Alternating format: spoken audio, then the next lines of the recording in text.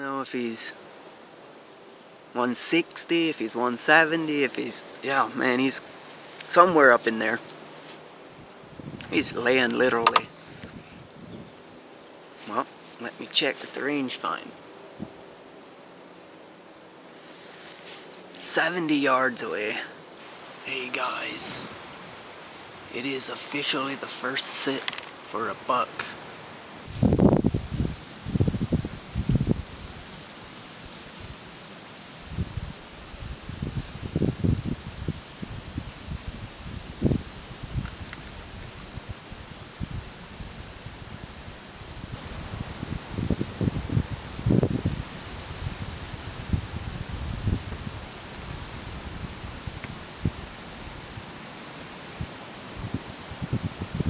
Hey, it's 5 o'clock. So far I've only seen one squirrel and about 10 turkeys. The turkeys were actually close enough to shoot, but I don't think my tag reaches down here this far. I think it's in the zone above the one I'm hunting in right now, so I better not shoot one until I double check that.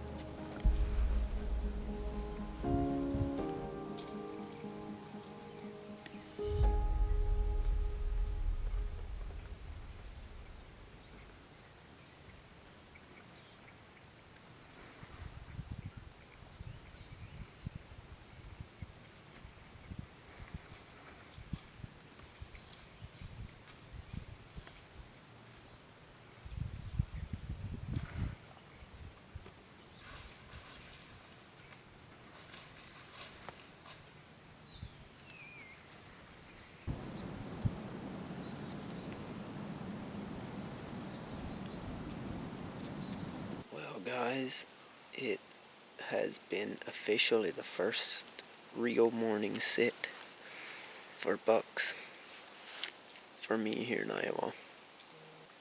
It is, I don't know, 10 o'clock. Had this nice buck come in. I had seen a few bucks, and then I had this nice one come in, and I passed him right in front of me here. And he looped around and got my wind on the back there and started blowing at me and messing around. But well, I waded across the river to get here, so I gotta pack everything back up, jump in my waders, and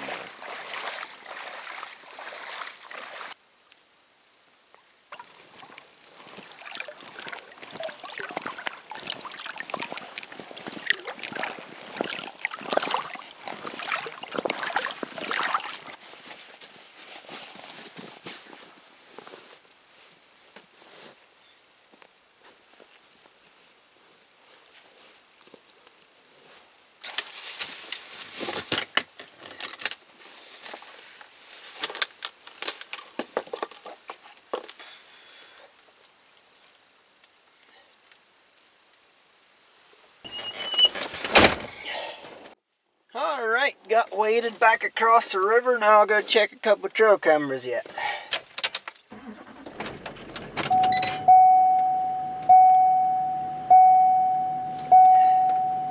Trying to think. 3 of them. I think I'll turn around and go back.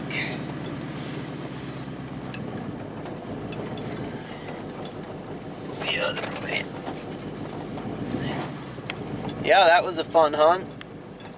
Actually, I didn't get a video of it, but when I was climbing down, I mean, well, I should just look what time it is. It's probably 11 o'clock. Yeah, it's already 11:30, and when I was climbing down 15 minutes ago at the max, I had a nice little buck stroll through, so the rut's getting real close here. Doesn't hurt to stay out all day, but I got too many other things to do, I guess. Man, that thing's about as big as one I've ever seen. Trail camera's right there, so it must have been right up here in the tree. Could probably find where it was if I'd spend a little time looking, but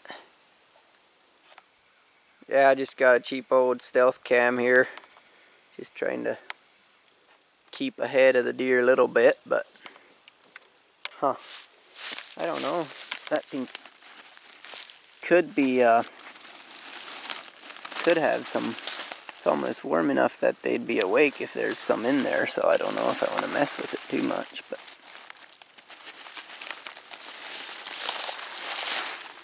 there you can kind of see how it looks on the inside. Just a couple big wasp nests inside the paper.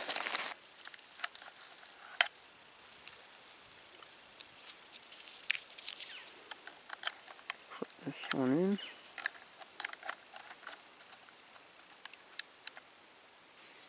I'm sitting just down the river from where I was this morning, and I did check a couple cameras, and there is definitely a shooter buck in here. He was in here last night, I think. It was, you know, a couple 100 yards from where I'm sitting now, but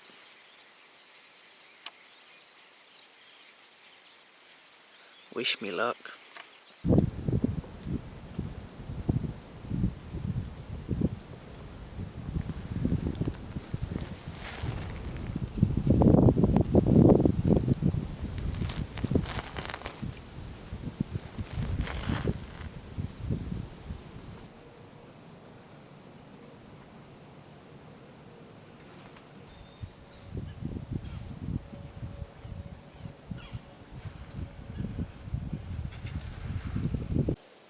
Nasty coyotes anyway.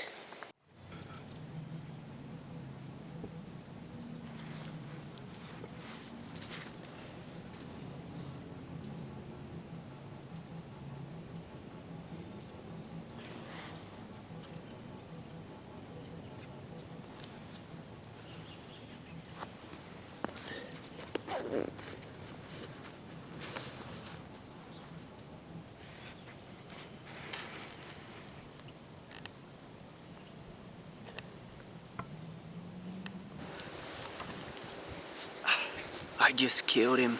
I don't know if he's 160, if he's 170, if he's, yeah, man, he's somewhere up in there. He's laying literally.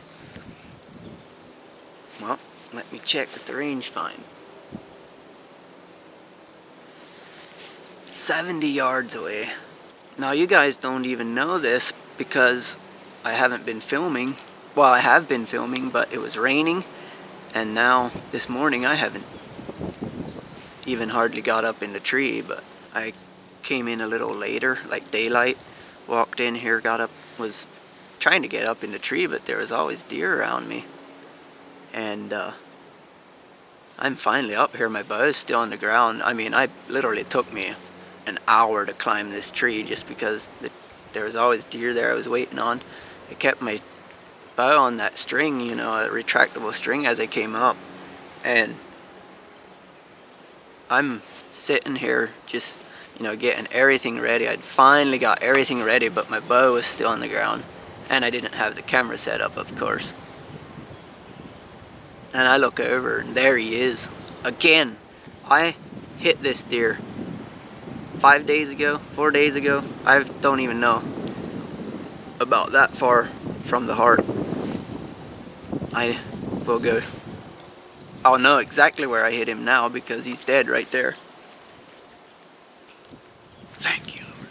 But what happened is, it was raining and he came in at 34 yards. Swung my way, and I'm like, okay, now he's, you know, 30. And then he kept coming my way, and I'm like, oh, cool. Now I'm good to go. He's so close, I'll just shoot him with my 20-yard pin. And I shot, you know, tried to keep it low on him a little bit. I wasn't low on him, though. I was still up, you know. And it dropped right down and stuck him, like, zipped right through his brisket, is where I'm pretty sure it went. Which I'll know, like I said, here shortly.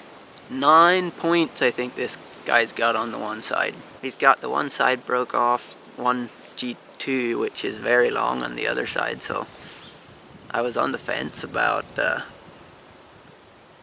whether I want to hunt him or not, but then I decided, you know what, he's way big enough that really doesn't matter to me.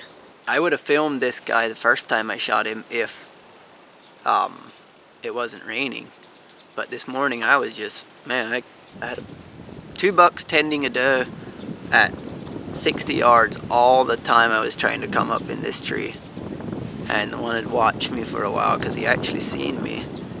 I didn't even see him. I thought there was just one, you know, and all of a sudden there was another one.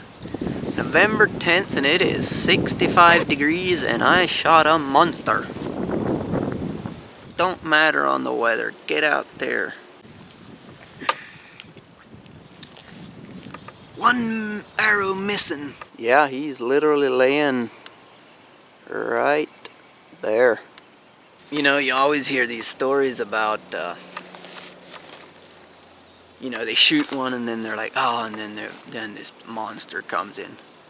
Well, you don't have that problem if you shoot a monster in the first place. I think the arrow zipped right through him and probably still perfectly fine. Oh yeah. Sever broadheads. They still work.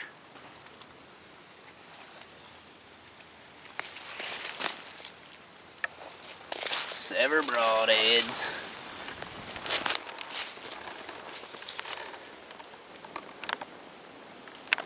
What do we got here? Man, he is all busted up. He had tines where I didn't even know he had tines.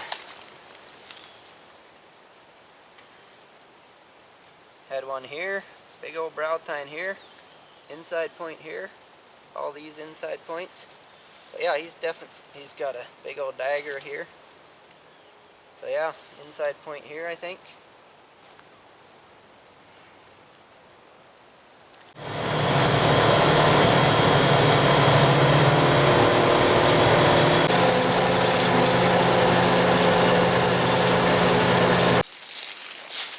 Well, we're gonna go pick up this deer and throw it on the Ranger. It's raining a little bit, but The deer's dead, so it doesn't matter now. Let's go find him.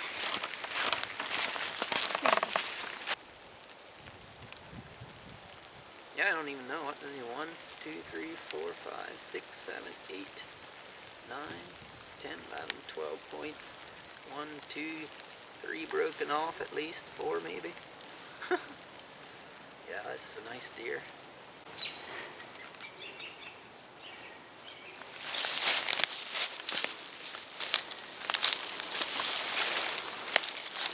Got him all loaded up.